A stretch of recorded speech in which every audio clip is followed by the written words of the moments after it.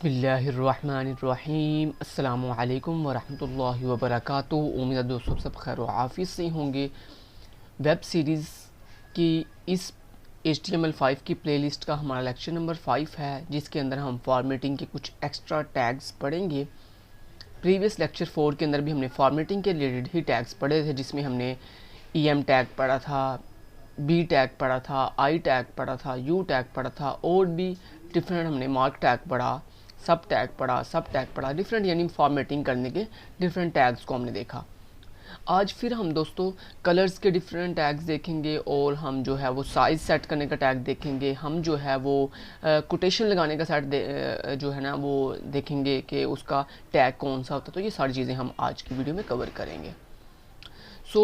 यहाँ पे हम करते हैं वीडियो को स्टार्ट। तो सबसे पहले मैंने क्या किया, सबसे पहले मैंने प्रीवियस जो कोर्स था लेक्चर 4 का वो मैंने अरेज कर दिया है। अब यहाँ मैं अपनी बॉडी के अंदर सबसे पहले ये आपको ये बताता हूँ कि मान लें आपके पास एक पैराग्राफ है और इसके अंदर लिखा हुआ है जी माय नेम इज़ खिज़र शहाल। अब दोस्तों आप चाहते हो कि आप ये जो खिज़र शहाल है ना इसको कोटेशन के अंदर लिखना चाहते हो। तो दोस्तों अगर आपने किसी चीज़ को कोटेशन के अंदर लिखना हो तो उसके स्टार्टिंग और एंड पे हम क्यू टैग लगाते हैं। ये क्यू टैग जो है ये कोटेशन लगाने के लिए यूज़ किया जाता है। सो आपने इस तरह से जो है वो क्यू टैग ओपन किया यहाँ से और यहाँ पे आपने क्लोज़ कर दिया। अब क्या होगा, अब ये खिज़र शहाल जो है कोटेशन के अंदर बंद हो जाएगा। अब मैं इसको आपको राइट क्लिक करता हूँ, यहाँ से कॉपी फाइल पाथ करता हूँ और यहाँ पे अपने क्रोम ब्राउज़र पे आता हूँ और फिर देन मैं यहाँ पे पेस्ट करके इसको एडिट करता हूँ। तो यहाँ पे देख सकते हो आप कि यहाँ पे हमारे पास जो है वो खिज़र शहाल के लेफ़्ट और राइट साइड यानी इर्द गिर्द जो है अराउंड जो है वो क्या आ चुकी हैं, कोटेशंस आ चुकी हैं। ओके, इसी तरह दोस्तों हमारे पास एक ब्लॉक कोड होती है। ब्लॉक कोड क्या होती है? ब्लॉक कोड ये होती है कि आपने अक्सर देखा होगा कि जो पैराग्राफ मल्टीपल लाइंस हमारे पास इंपॉर्टेंट होती हैं, उन लाइंस को हम स्क्रीन से थोड़ा हट कर लिखते हैं।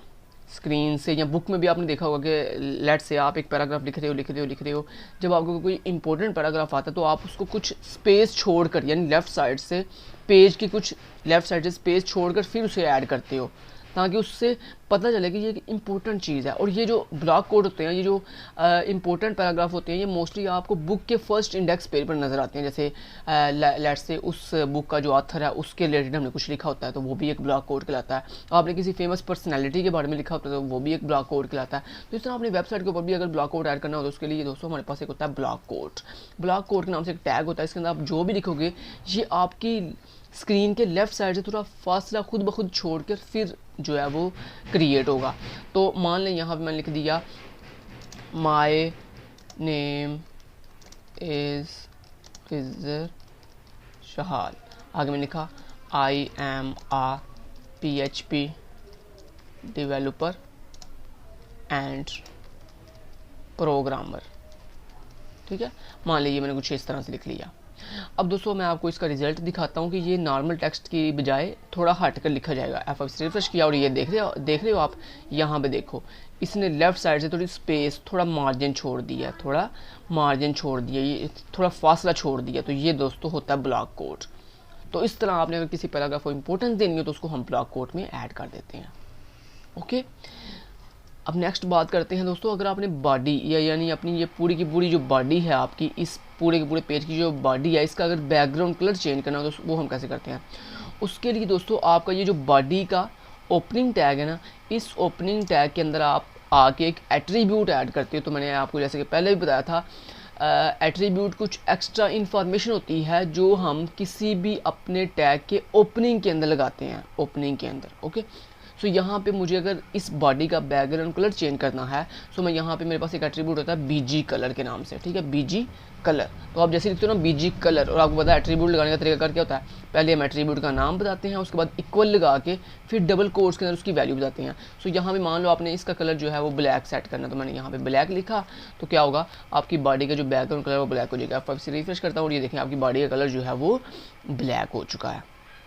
सो इस तरह आप कोई भी कलर जो है वो बैकग्राउंड पे सेट कर सकते हो। मान लो आपने ग्रीन कलर सेट करना है तो आपने यहाँ से ग्रीन लिख दिया और जैसे आपने ग्रीन लिखा तो अब आपकी बैकग्राउंड जो कलर है बॉडी का वो ग्रीन हो जाएगा। तो यहाँ पे देखिए ग्रीन हो चुका है। अब इसी तरह दोस्तों आपने अगर जो है वो अपने टेक्स्ट को कलर देना हो, मान लो जैसे ये आपके पास एक टेक्स्ट है, जैसे ये एक पैराग्राफ है आपके पास, इसको अगर टेक्स्ट कलर देना हो तो वो कैसे देते हैं। तो कलर देने के लिए दोस्तों सिंपली हम जो है जिस पैराग्राफ को या जिस टेक्स्ट को हमें कलर देना हो उस टेक्स्ट के ओपनिंग पे हम एक फाउंड टैग लगाते हैं। कौन सा टैग लगाते हैं? Found, FOUND, found. और इस फाउंड का ओपनिंग मैंने यहाँ से किया और क्लोजिंग में कहाँ पे करूँगा? क्लोजिंग में करूँगा पी टैग से पहले, क्योंकि पी टैग के बाद इसको मैंने ओपन किया। तो मैंने आपको जैसे कि पहले भी बताया हुआ है बड़ी दफ़ा कि जो टैग जिस टैग के बाद ओपन होता है वो उससे पहले क्लोज होता है। सो ये पी के बाद ओपन हुआ है, सो ये पी से पहले क्लोज हो जाएगा। अब दोस्तों फाउंड टैग जो है इसमें दो तरह के एट्रीब्यूट आते हैं। इसमें एक अगर आपने टेक्स्ट को कलर देना हो तो एक कलर एट्रीब्यूट आता है, और अगर आपने टेक्स्ट का साइज सेट करना हो तो इसमें साइज एट्रीब्यूट आता है। सो अब यहाँ पे फाउंड के अंदर मान लो आपने कलर सेट करना तो आप कलर एट्रीब्यूट दोगे, कलर एट्रीब्यूट इक्वल लगा के डबल कोट्स के अंदर मान लो जो भी आपने इसका कलर सेट करना, मान लो मैंने वाइट कलर सेट करना तो मैंने वाइट लिखा और यहाँ पे BG कलर में ब्लैक कर देता हूँ, BLACK ब्लैक। जब मैंने इसको ब्लैक किया अब मैं यहाँ पे आके F5 से रिफ्रेश करता हूँ और ये यहाँ पे देख सकते हो आप कि जिस टेक्स्ट को मैंने कलर वाइट दिया था वो वाइट हो चुका है और जो मेरा बैकग्राउंड कलर है वो ब्लैक हो चुका है। इसी तरह आप मान लो अपने इस ब्लॉक कोड को भी जो है वो कलर देना, तो उसके लिए आप इसके साथ भी यहाँ पे फाउंड लगाओगे और यहाँ पे फाउंड लगाने के बाद आप इस फाउंड को अरेज करके यहाँ पे लास्ट पे जाके ब्लॉक कोड से पहले इसको क्लोज कर दोगे। जैसे आपने इसको क्लोज किया अब यहाँ पे फाउंड के अंदर आप दे दोगे यहाँ पे कलर और कलर की वैल्यू आप सेट कर दोगे वाइट। ठीक है, इतना करने के बाद मैं आपको एक दफ़ा दिखा देता हूँ। यहाँ पे आता हूँ, F5 से रिफ्रेश करता हूँ और यहाँ पे देखो ये आपको टेक्स्ट कलर नीचे वाइट नज़र आ रहा है। ठीक है जी। इस तरह दोस्तों हमारे पास एक साइज है, फाउंड के अंदर एक फाउंड एट्रीब्यूट के अंदर हमारे पास फाउंड टैग के अंदर एक एट्रीब्यूट होता है जिसका नाम है साइज, SIZE साइज। इस साइज एट्रीब्यूट के अंदर बेसिकली हम 1 से लेकर 7 तक वैल्यू दे सकते हैं। कोई एक वैल्यू देंगे एक टाइम में कोई एक वैल्यू देंगे और कहाँ से लेकर 1 से लेकर 7 तक। सो मान लो अगर आप लिखते हो ना 1 तो इसका साइज जो है वो 1 सेट हो जाएगा बाय डिफ़ॉल्ट। अब F5 से रिफ्रेश करता हूँ और देखो कितना छोटा हो गया। ठीक है, और इसमें साइज़ जो एट्रीब्यूट है इसमें 1 जो है वो सबसे छोटा साइज़ है और जो 7 है वो सबसे लार्जेस्ट साइज़ है। मान लो अगर आप यहाँ पे 7 दे देते हो तो ये 7 इसका सबसे लार्जेस्ट साइज़ है। F5 से रिफ्रेश किया और ये देखो 7 कितना बड़ा हो गया, तो ये सबसे लार्जेस्ट साइज़ है इसका। क्लियर। इसी तरह मान लो चलो मैं यहाँ पे साइज़ 4 दे देता हूँ और यहाँ पे इस ब्लॉक कोड वाले अपने टेक्स्ट को मैं साइज़ दे देता हूँ कितना बड़ा, मान लो 3। ओके, सो यहाँ पे इसको मैं करता हूँ बाय 5 से रिफ्रेश और यहाँ पे आप देख सकते हो इसका साइज़ जो है मैंने 4 सेट कर दिया और इसका साइज़ मैंने 3 सेट कर दिया। क्लियर। तो इस तरह हम साइज़ भी दे सकते हैं अपने टेक्स्ट को, समझ आ गई। अब दोस्तों मान लो आपने किसी चीज़ को अलाइन करना है, यानी सेंटर अलाइन करना है, लेफ़्ट अलाइन करना है, राइट अलाइन करना है, तो वो हम कैसे कर सकते हैं? बड़ा ही ईजी है दोस्तों। अगर आपने अपने किसी पैराग्राफ को सेंटर अलाइन करना हो तो उसको हम सेंटर टैग में बंद कर देते हैं। तो अगर मान लो आपने इसको सेंटर अलाइन करना है तो मैं यहाँ भी क्या करूँगा, मैं यहाँ पे पैराग्राफ के शुरू पे भी यहाँ मर्जी में सेंटर टैग शुरू कर सकता हूँ। सो मान लो मैंने पी टैग से पहले यहाँ पे सेंटर टैग लगा दिया। अब ये सेंटर टैग जो है यहाँ पे मैं ओपन कर लिया। अब यहाँ पे इसको क्लोज कहाँ पे करूँगा? पी टैग के बाद। सो आफ्टर पी टैग मैंने सेंटर टैग को क्लोज कर दिया। अब ये क्या होगा, बेसिकली ये जो मेरा पैराग्राफ था माय नेम इज़ खिज़र शहाल, इसको ये सेंटर में अलाइन कर देगा। तो यहाँ पे F5 से मैंने रिफ्रेश किया और ये देखो उसको इसने सेंटर में अलाइन कर दिया। सो आपको समझ आ गई है कि HTML में अगर हमने किसी चीज़ को सेंटर में करना हो तो उसके लिए हमारे पास सेंटर टैग होता है। समझ आ गई। इसी तरह दोस्तों अगर आप अपनी चीज़ को लेफ़्ट में अलाइन करना हो या राइट में अलाइन करना हो तो उसके लिए हमारे पास एक अलाइन एट्रीब्यूट होता है। मान लो आपने अपने इस पैराग्राफ को, ये जो आपको पैराग्राफ होता है, लेफ़्ट अलाइन के लिए लेफ़्ट टैग नहीं होता, सिर्फ सेंटर करने के लिए HTML में सेंटर टैग होता है। लेफ़्ट और राइट करने के लिए टैग नहीं होता, इसके लिए एट्रीब्यूट होते हैं। समझ आ गई। सो मैं यहाँ पे जो है जैसे मान लो यहाँ पे मैं नीचे आपको नया पैराग्राफ लिख के दिखा देता हूँ। मान लो यहाँ मैंने मेरे पैराग्राफ लिख दिया और मैंने कहा लेफ़्ट अलाइन, ठीक है। और इसी के नीचे मैंने एक और पैराग्राफ लिख दिया और उसके अंदर मैंने लिख दिया राइट अलाइन, ठीक है।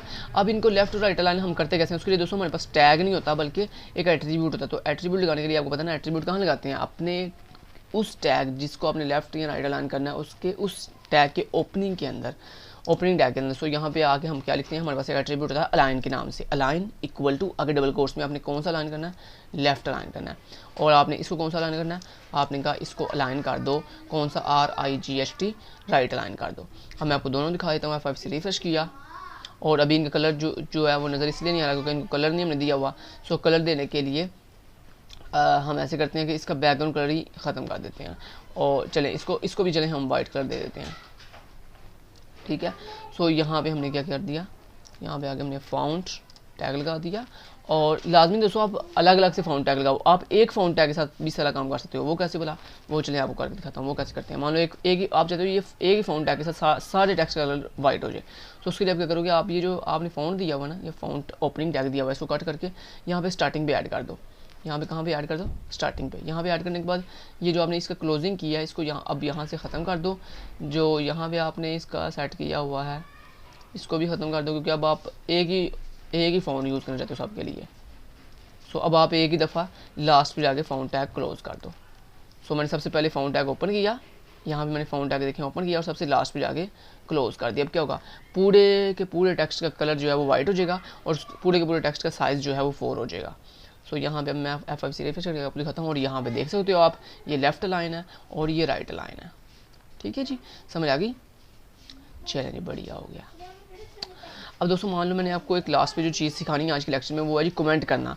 मान लो आपने HTML में किसी चीज़ को कमेंट करना है। कमेंट का मतलब होता है यानी ये चीज़ रन नहीं होती, ये चीज़ वेबसाइट में नहीं नज़र आएगी, ये डेवलपर की अपनी आसानी के लिए होती है। मान लो डेवलपर ने कोई चीज़ की है और वो चाहता है कि 1 साल के बाद अगर वो अपना कोड देखे, क्योंकि आपको पता है ना इंसान जो चीज़ करता है ना वो कुछ देर के बाद उस चीज़ को भूल जाता है।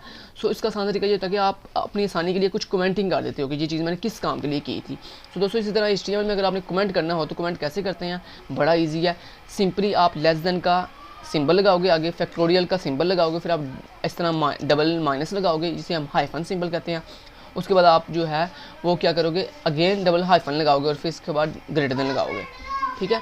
अब दोस्तों ये जो आपने लगाया ना, ये जो डबल हाइफन और फिर डबल हाइफन, इसके मिड में आप यहाँ पे कमेंट करोगे। यहाँ पे आप कमेंट टाइप योर कमेंट्स, ठीक है। तो इस तरह हम कमेंटिंग करते हैं। तो ये हमारा कमेंट्स करने का स्टार्टिंग होता है, यानी यहाँ ऐसे आप स्टार्ट करते हो और इस तरह से आप इसको एंड कर देते हो। समझ आ गई बात की। अब इसमें आप जितनी मर्जी इसको जितना मर्जी नीचे लेके जा सकते हो, जितनी लाइन इसमें आप ऐड करते जाओगे वो सारी कमेंट होती जाएंगी, वो सारी क्या होती जाएंगी, कमेंट होती जाएंगी। और उसको कंपाइलर कभी भी रीड नहीं, मतलब आपका ब्राउज़र रीड नहीं करेगा। अब F5 से रिफ्रेश करता हूँ, देखो आपको स्क्रीन पे कुछ भी नज़र नहीं आ रहा, क्योंकि ये डेवलपर की अपनी आसानी के लिए कमेंट्स होते हैं। सो आप कमेंट जो है इस तरह से करते हो HTML के अंदर। तो ये कमेंट का ओपनिंग है और ये इसका कमेंट का क्लोजिंग होता है। उम्मीद करता हूँ आपको आज के लेक्चर में मैंने जितनी चीज़ें सिखाई हैं सारी की सारी अच्छे से समझ आई होगी। फिर मिलते हैं लेक्चर 6 में कुछ नया सीखने के लिए। Thank you so much. Till then guys, take care, अल्लाह हाफिज़।